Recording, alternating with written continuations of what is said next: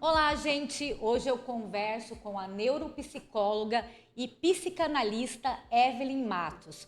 Hoje a gente vai falar sobre saúde mental, sobre relacionamentos tóxicos. Sabe aquela luzinha que acende quando você está num relacionamento e você começa a perceber alguns sinais, quer dizer, aquele sinal vermelho, né, de que tem alguma coisa errada?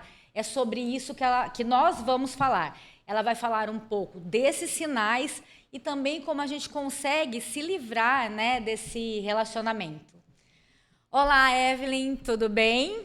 Olá, Lu, um prazer estar com você, um prazer estar com vocês. Um assunto muito intrigante que está em alta. Acredito que nós estamos dando um olhar maior para esse tema, né? E de muita importância, com toda certeza. Então, é um prazer estar com todos vocês. Prazer é todo nosso. Eu vou pedir só uma licencinha que eu vou falar sobre um dos patrocinadores, mas a gente já volta a conversar, tá bom? Sim. Eu vou falar um pouquinho sobre Ivan Marques, o Salão Ivan Marques. Cuidar de você mesma não é luxo, é necessidade. O Salão Ivan Marques tem uma equipe qualificada e experiente, que sabe tudo sobre beleza feminina e usa os melhores produtos do mercado, além de fazer um diagnóstico de cada cabelo para a escolha do melhor tratamento. Ivan Marques é especialista em mechas, coloração, o que inclui criação e correção e cortes, e tem ajudado mulheres a se sentir cada vez mais confiantes e a terem o cabelo dos sonhos. Agora a gente vai conversar nesse assunto tão interessante, né? Com certeza, importante. E importante. Hoje, saúde mental eu acho que é o que há de mais importante na vida, né, da gente, Sim. no cotidiano. Então, assim, vamos começar falando sobre quem é o responsável, digamos assim, o personagem, né, de um relacionamento tóxico. Seria uma pessoa narcisista. Mas o que é o narcisista? Quais são as características dele? A primeira grande característica, porque a gente tem que entender o narcisismo como um comportamento, né? E é um traço de personalidade. Então, é conhecido na saúde mental como traço de personalidade narcísica, né? E isso acaba sendo uma patologia, porque o narcisismo em si, e a gente pode até falar disso um pouquinho depois, é algo que existe um pouquinho em todos nós. Mas a personalidade narcisista, ou, né, indivíduo que possui esse traço de personalidade, a grande característica é a falta de empatia. Um ego inflado, superestimado. Por outro lado, uma pessoa que tende a todo momento estar buscando o quê? Uma autoconfirmação, uma autovalidação, aquele senso extremo de certeza e capacidade. Então, eu sei, eu sou, o que eu faço é melhor. Então, por mais que numa conversa ele possa ouvir, ele não está escutando, ele não está dando a real importância ao que o outro está opinando, falando, interagindo. Não, é importante a fala dele. E o outro pode até demonstrar questões que são válidas na opinião dele, e o narcisista vai fazer de conta que isso não aconteceu e vai acabar fazendo conforme ele deseja, ele quer, ele planejou. Então, isso é muito importante nós termos como as principais características, né? Isso mina qualquer relação, porque é uma relação de dois participantes, mas com uma única via. É a via do narcisista, né? E como que a gente consegue diferenciar, porque você mesma disse que todo mundo tem um pouquinho de narcisista. Mas como é que essa linha, né, que a gente define essa linha entre o que é normal, natural e o que é patológico? Eu vou dizer para você que é bem difícil, porque muitas vezes nós lutamos por aquilo que a gente quer. A gente luta pelas nossas opiniões, nós temos um ego, sim. Muitas pessoas, a maturidade traz muito isso. Eu sei o que eu quero, eu sei para onde eu vou. Porém, o narcisista patológico, ele nunca vai descer o degrau do primeiro e único. Ele é o único e o primeiro na vez. Então, assim, como que funciona o narcisismo, que a gente chama de narcisismo primário, natural, tá? Normalmente é um traço ali encontrado no desenvolvimento já daquele bebezinho que nasce, aquela necessidade que ele tem para quê? O mundo exista para ele. Por quê? O bebê ele não se supre por si só. Então, ele depende. Nessa dependência, ele não está preocupado se a mãe está tomando banho, se a mãe ainda não almoçou, não jantou. Ele vai botar a boca no trombone, vai chorar, vai gritar para ser atendido o quê? Imediatamente, na maneira que sane aquela dor que o incomoda. Então, esse narcisismo primário tende a aparecer nos primeiros momentos da vida, nos primeiros anos de vida, do 0 aí até os 5 anos. A partir dos 3,5 e até adiante, né? Porque tem crianças que demoram um pouquinho mais para abandonar essa feridinha narcísica, né? Por isso até os 5. Mas a partir dos 3,5, a criança começa a perceber que o mundo não existe para ele. Ele é mais um no mundo, entende? E aí começa a ter algumas validações de que, opa, eu tenho que esperar, a mamãe também tem vez. E aí você percebe a empatia sendo inserida. Porém, todos nós vamos manter um traço narcísico naquela situação de autopreservação. Então, enquanto eu luto, Lu, para me preservar como indivíduo, como gente, como pessoa que tem direitos nesse mundo, é um narcisista, mas não aquele patológico. Eu estou colocando o meu traço narcísico para a luta, para a minha autopreservação, mas aí eu não prejudico o outro. Eu sei olhar que na mesma proporção que eu posso, o outro também. Então, esse é o momento. Aquela pessoa que olha para o outro e fala, poxa, mas da outra vez ela já cedeu, eu vou ceder dessa vez, tá? E num outro momento ele fala, não, porque tem que ser assim. Isso é senso de autopreservação, automovimento, ego maduro que faz valer, opa, eu também tenho direitos, mas na hora do meu dever, eu também entrego. A diferença do narcisista patológico é que ele nunca vai observar e realmente realizar o direito do outro. Ele vai observar o dele, o direito dele, o desejo dele. Então, todo esse movimento é provido para a realização de um desejo, tá? Seja a qualquer custo.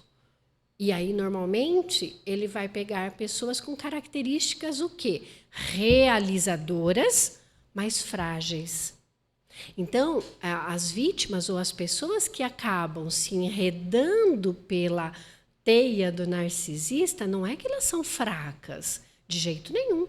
Pelo contrário, são pessoas que o narcisista ele sabe que ele pode contar. São pessoas que normalmente são fazedoras, são resultantes, são pessoas que trazem resultado, mas estão emocionalmente, por qualquer que seja o motivo, frágeis.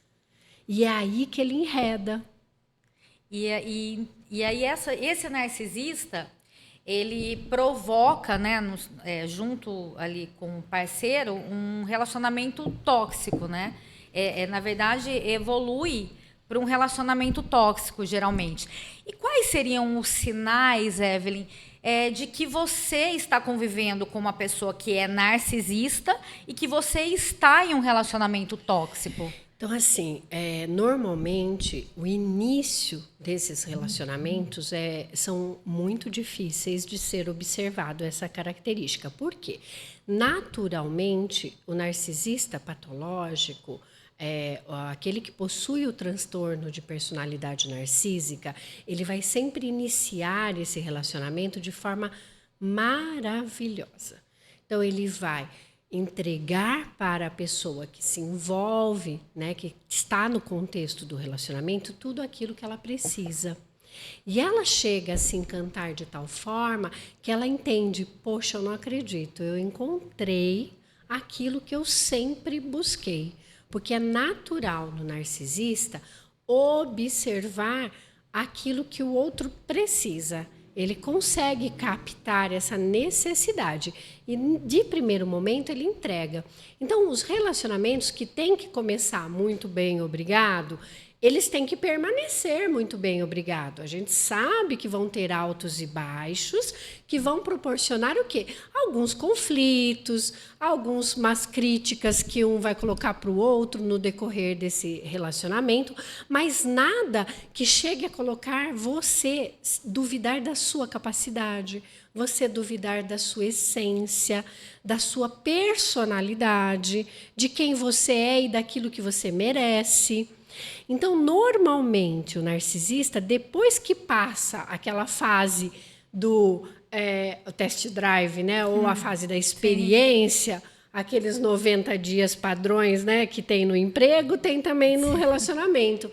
Quando passa aquela primeira fase linda da paixão, um ano e pouco, primeiro, esse relacionamento já está consolidado.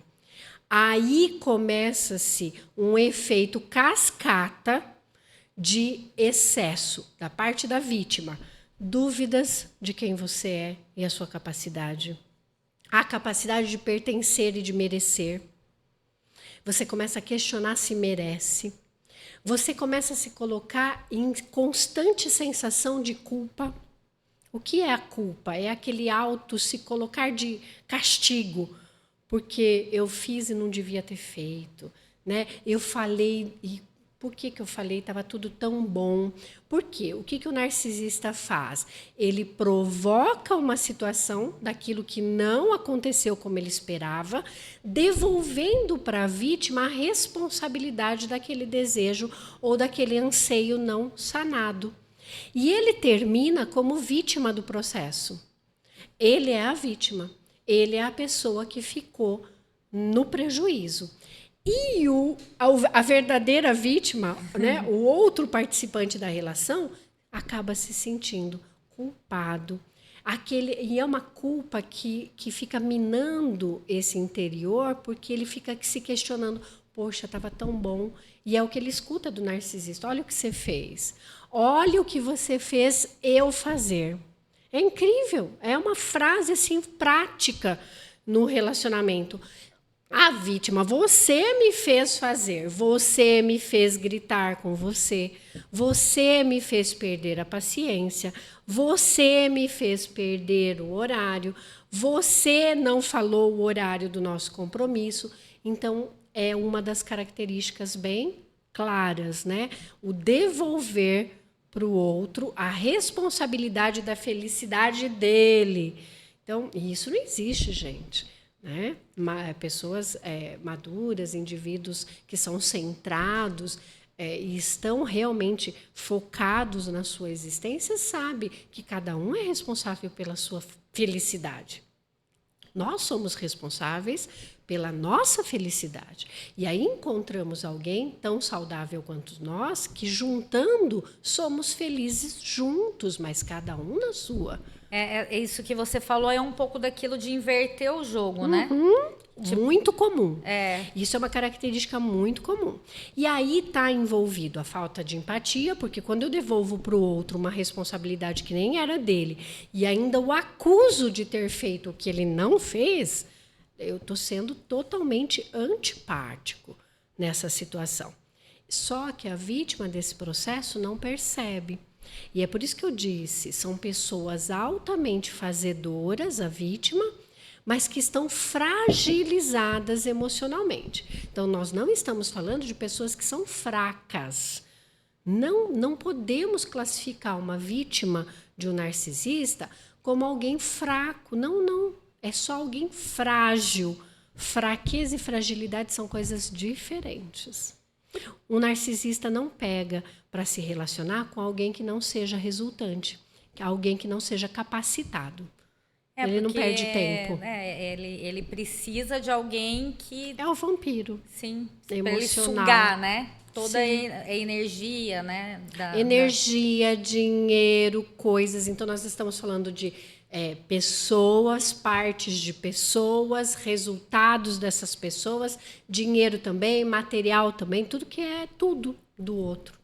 E por que o abusivo, Evelyn, ele geralmente costuma separar a vítima da família, dos familiares, dos amigos? Por que ele distancia essa pessoa, a vítima, né, dos familiares e amigos? Então, são questões que são claras, mas não tão claras, né? Primeiro que ele tenta evitar a intromissão ou que alguém interfira nesse processo.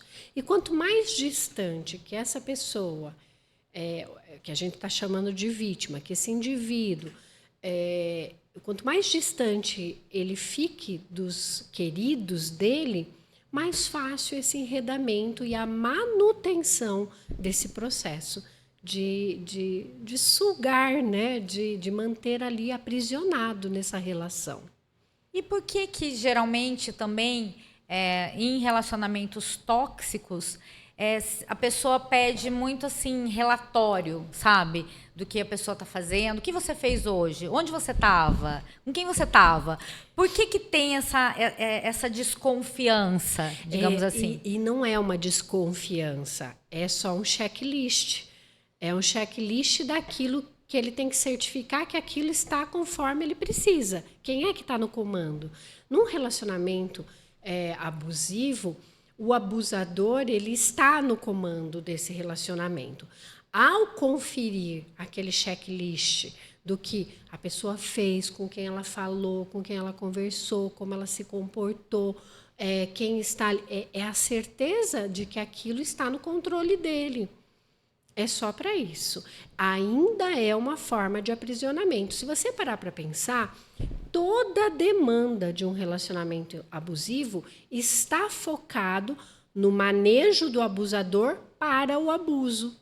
O resultado é fragilizar cada vez mais a vítima e manter esse abuso. E o abusivo, ele tem inveja do parceiro? Geralmente ele é invejoso? O abusador não é consciente, Lu. E, aliás, nós temos que deixar isso bem claro. O transtorno de personalidade narcísica é uma patologia, gente. Também não estou falando que a gente tem que ficar com dozinho desse povo, não. Mas é uma patologia, é uma doença. É uma doença e que precisa, seja mesmo, tratamento. E não é tratamento com terapia, porque a terapia, assim, narcisista não vai para terapia, tá? Até pode fingir que vai, pode dizer que vai, pode marcar que vai, mas não vai. Ele não consegue permanecer. Quando que o narcisista consegue permanecer em terapia? Quando primeiro, passado por um médico, e esse não pode ser um neurologista, não pode ser um clínico, tem que ser um psiquiatra, porque tem diferença. Tá? Qual a diferença? Por que eu não posso ir no neurologista? Gente, neurologista cuida da máquina do pensar, questões da física da mente. O psiquiatra cuida do quê? Dos conteúdos dessa máquina do pensar. E aí, então, nessa demanda, é um psiquiatra que tem que estar cuidando desse indivíduo. Então, ele vai estar em tratamento psiquiátrico e vai estar em medicação. Então, também vai estar em tratamento medicamentoso. A partir daí, o medicamento trabalhará um controle sobre ele e ele somando o acompanhamento à terapia. Então, não adianta inverter os papéis. Narcisista ir para a terapia primeiro é 1 ou 2 sessões e ele, foge. E se o terapeuta não for bom, ele vai dobrar o terapeuta. Vai. E talvez permaneça em terapia para dizer para o coitado da vítima que eu estou me tratando, eu estou cuidando de mim. E você? Ele ainda aponta. E você? O que você está fazendo? Você que não está sendo capaz, porque eu até tratado estou. Usa ainda a terapia para manejar mais ainda a obsessão sobre esse relacionamento. Então, não pode inverter os papéis. Primeiro psiquiatra, medicamento, para depois terapia. E aí essa personalidade se coloca sobre controle. Então, há controle da personalidade narcisista, mas tem que ser dessa maneira. E eu acho assim que tem muito daquilo também que quando a pessoa percebe, quer dizer, né, ela não está percebendo o que está acontecendo e de repente cai a ficha. Eu acho que a pessoa já está se justificando de tudo. A pessoa faz uma acusação ao invés dela falar assim, tipo, viu, tá louco? Eu não fiz nada, né? A pessoa fala, não, eu não, olha, eu tava lá quietinha, eu tava lá quietinho, eu não tava fazendo nada de errado. A pessoa, ao invés de dar uma dura, falar, viu, ou você confia, ou não confia, eu acho que ela tem essa questão de se justificar, que eu acho que tudo faz parte do jogo do narcisista, né? Uhum. Ele deixar a pessoa tão suscetível que ela acaba se justificando pelo que ela não fez. Eu estou enganada. Não, além dela se justificar, ela vai se justificar, vai ficar a todo momento se desculpando. Ela chega a se desculpar pelo que ela acaba acreditando que fez e não fez. É incrível. Mas por quê, gente? A nossa mente, quando a gente está frágil emocionalmente e a gente encontra alguém um pouco mais incisivo, um pouco mais dominante, você tende a recuar. É como se você não tivesse forças para esse processo de discussão. E aí que as pessoas confundem. As pessoas que caem na rede de um narcisista são pessoas fracas. Não são. Não são. Então, eu volto a dizer, normalmente são pessoas muito capacitadas, até para o fazer, para o resultar, só que algo está deixando frágil. E o relacionamento fica muito, muito sujeito a cada vez você se fragilizar mais, adoecer daí de outras maneiras, além da psique adoecida, vai começar a externar, ou psicossomatizar, que a gente chama, vai externar para o corpo. Então, essa pessoa vai ser minada realmente. E aí, o que o narcisista faz? Abandona. E vai pegar outra. E aí, o tempo do abandono dessa vítima, essa vítima se reconstrói. Ela se levanta, ela se recupera, porque ela é uma fazedora. Lembra que eu falei que é alguém capaz? Sim. Se levanta, se reconstrói, fica bem. Sabe o que acontece? Ele volta. Ele volta e ele faz, né, literalmente. Porque ele quer destruir de novo, né? Não, ele quer sugar de novo. Porque se eu falar para vocês que o narcisista tem plena consciência de que ele está destruindo o outro, ele não tem. É uma doença. Ele não tem. Ele acha... Por quê? Esse transtorno é um transtorno de supervalorização de si mesmo. Quando eu saio do narcisismo primário, que é aquele reconhecido na infância, e vou para o secundário, o que acontece? O indivíduo, criancinha, 5, 6, 7, 8, 9, 10, 11, até a adolescência, começa a crescer e começa a se colocar como supervalor, valia, tá? Porém, isso foge do controle. E eu me coloco numa posição de só eu. Somente eu.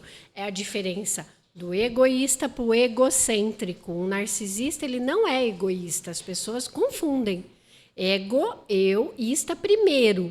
Mas o primeiro não dá. Ele dá lugar para outros, para o segundo, para o terceiro. E o egocêntrico? Ego, eu, no centro, no meio. Não tem espaço para mais ninguém. É um ambiente fechado.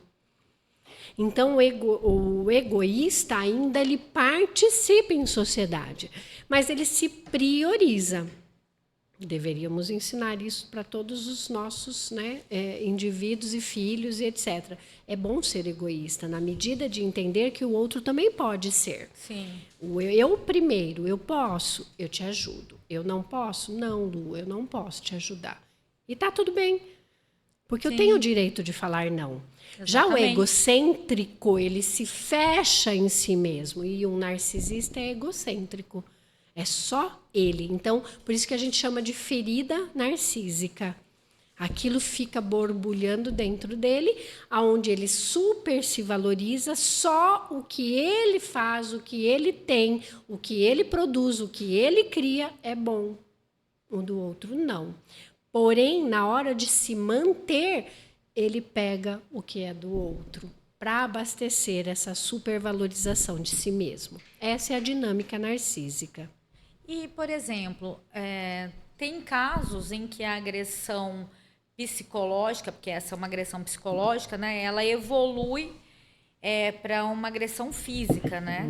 Eu acho que isso até costuma ser comum. Acontece. Muitas vezes acontece, sim. Eu vou dizer que é como um processo que vai subindo degraus. Inicia com tudo lindo, aí o tudo lindo vai perdendo espaço e começa a vir o espaço de que o outro é menos bonito, mais burro ou menos inteligente, porque sua burra, seu burro, né? Você não sabe, você não viu, mas tá claro aí, ó, falta desenhar.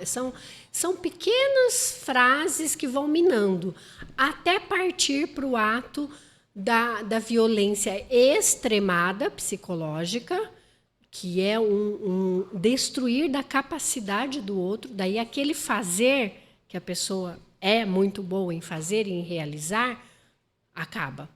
E aí, nesse ponto, começa a partir para a agressão. Por quê? A agressão é uma forma que o narcisista tem de projetar na vítima a insatisfação da falência dessa vítima. Porque essa vítima chegou no processo de falir.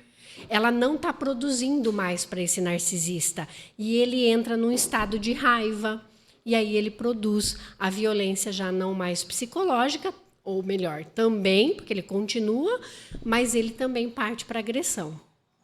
E nós estamos vendo até, né, além da agressão, o que a gente... Eu estava até assistindo uma matéria hoje, por coincidência, eu vi que aumentou assim, consideravelmente o número de feminicídios, né?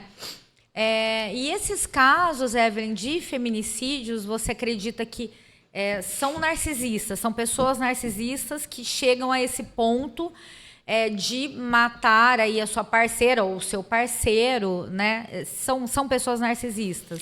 Eu posso dizer que, pensando num número de indicador, eu vou afirmar que a maioria, sim. Porque para ter um dado 100% são narcisistas, eu teria que conhecer a história de todo mundo. Uhum. Isso, então, é válido falar que, pera lá, a maioria, sim, é. Então, esse aumento, nós vemos o aumento do transtorno também, vemos um aumento populacional, porque eu acho que sempre aconteceu, sempre houve, né? O mito, né? O transtorno narcisista vem do mito do Narciso, que é tão antigo quanto quase que a nossa existência, né? Então, é por daí que vem o título, né, do transtorno narcisista. Então, podemos afirmar que sim, a maioria das vítimas de feminicídio acabam vindo a óbito ou perdendo as suas vidas por narcisistas. Aí você pode me perguntar, mas todo narcisista é só homem? Só homem é narcisista? E aí, será? Não. Temos mulheres narcisistas também. E aí, a dinâmica é um pouco diferente, tá? No narcisismo encontrado na categoria masculina, de gênero masculino, nós vamos ver que a vítima é sempre a mulher, é a parceira. Parceira, parceiro, podemos dizer assim também. Na mulher narcisista, as vítimas são os filhos, não são os maridos. Dificilmente. Por que essa diferença Porque assim, culturalmente, nós temos uma colocação desse poderio, o poder da lei masculina, da lei paterna. É cultural isso. Então, a esposa, ela vai acabar se casando com um fazedor, mas ela vai exercer realmente esse produto do narcisismo através dos filhos. Ela pode até manipular esse marido, mexer com esse marido no sentido de faça, cumpra, haja, eu mando, mas é alguém de personalidade que produz tranquilamente, mas ele sofre menos essa questão. Aonde ela vai, como aquela aranha, né, que é nos filhos. Então, é muito comum as mães narcisistas. É menos comum o sofrer do parceiro homem no relacionamento narcisista. E eu acho que o homem também, ele tem uma coisa assim meio de posse, né? Talvez seja mais forte nele do que para a mulher. Que a gente chama na psicanálise da lei paterna, que o homem quer ele queira ou não, naturalmente ele se impõe nesse papel. Sim. Ele não precisa ser o todo mais forte, mas acaba sendo. E a mulher narcisista, ela se impõe menos com a figura masculina, mas na figura dos filhos, os filhos vêm como propriedade dessa mãe. E essa mãe usa e abusa nessa situação. Mata o processo de individuação, que a gente chama, que é o indivíduo no poder da sua ação, no poder de se estabelecer como gente. Então, filhos de mães narcisistas sofrem muito. Sofrem depois, quando crescem, para se manter em sociedade, para se estabelecer profissionalmente, até mesmo para criar uma nova família. Porque, assim, dá a impressão que essas mães que você está falando, narcisistas, elas têm um pouco de tentar inferiorizar os filhos, diminuir os filhos, né? Então, isso, acho que sim, também. Que geram pessoas inseguras, também sim, nesse sentido? Inseguras, inferiores, como também aquelas que vão crescer e vão viver eternamente debaixo dessa regra materna. Então, aqueles filhos meninos que vão sempre estar pedindo ai, mãe, posso? Já está casado, já está com uma esposa, uma namorada e tá, mãe, posso? O que você acha, mãe? Então, assim, no casamento, né, tá a noiva de um lado e a mãe do outro. E aí ele até dá uma empurradinha na noiva, porque a figura materna fixou e ficou. Na menina, normalmente é a que sofre mais. Ela se inferioriza, sofre a não capacidade de ter sido suficiente para essa mãe. Então, ela sempre sente que não foi a filha ideal. Sofre muito com transtornos alimentares. Então, está mais nas meninas, filhas de mães narcisistas, mulheres com transtorno alimentar. Tipo, que tem bulimia. Bulimia, anorexia, até a questão da obesidade. E que a gente pode estar falando num outro momento isso, porque Sim. daí vai ficar bastante extenso. Mas isso é um traço de mãe narcisista. Olha que interessante. Filhas com transtornos alimentares normalmente têm mães narcísicas. E como uma pessoa que está vivendo um relacionamento tóxico, ela pode agir, né? Porque assim, como você falou da mãe, como que um filho vai largar de uma mãe, né? Então tem casos diferentes, por exemplo, um casal, como que a pessoa deve agir se ela sentir que está num relacionamento tóxico, mas ela é dependente emocional e não consegue sair daquilo. E também o próprio filho de uma mãe narcisista. Sim. Como as pessoas devem agir? Primeiro ponto, né? Eu acho que filhos nunca vão abandonar seus pais, né? Bons filhos não abandonam seus pais, mas daí a gente vai falar de uma dinâmica natural, de tá lá visitando os pais uma vez por semana, ou uma ligadinha de vez em quando, mas distante. Ambos têm liberdade de ação, de poder mesmo, poder de compra, de venda, de decisão, sem precisar pedir opinião dos pais. Isso é natural. Eu já me fiz como indivíduo e como família, né? Aquele que está enredado não dá um passo sem a opinião desses pais ou dessa mãe. Então, e no relacionamento também entre homem e mulher, como sair disso? Só tem uma forma. essa percepção de que algo não vai bem. Então, é a autopergunta. Todas as vezes que qualquer um que esteja assistindo aqui, ou aonde chegar essa matéria, se você sentir que está se sentindo diminuído, que está se sentindo incapacitado, que o outro está apontando isso severamente sobre você, se pergunte, espera lá, isso é comigo? Realmente eu sou incapaz? Eu sou essa pessoa que está sempre culpada de tudo? Ao sentir que, não, porque ninguém, Lu, é impossível a gente ser culpado de tudo, Sim. né? Procure ajuda. A terapia, ela vai te ajudar a se fortalecer, porque só consegue sair de um enredamento narcisista com o amadurecimento e fortalecimento do próprio ego. Então, o que você vai fazer em análise ou em terapia? Vai falar disso e o analista vai te ajudar a fazer você se autoconhecer. E você se autoconhecendo, começa a se autovalidar, começa a se posicionar como um ser de direito e não só de deveres, e aí consegue também se afastar dessa dinâmica. Sabe por quê?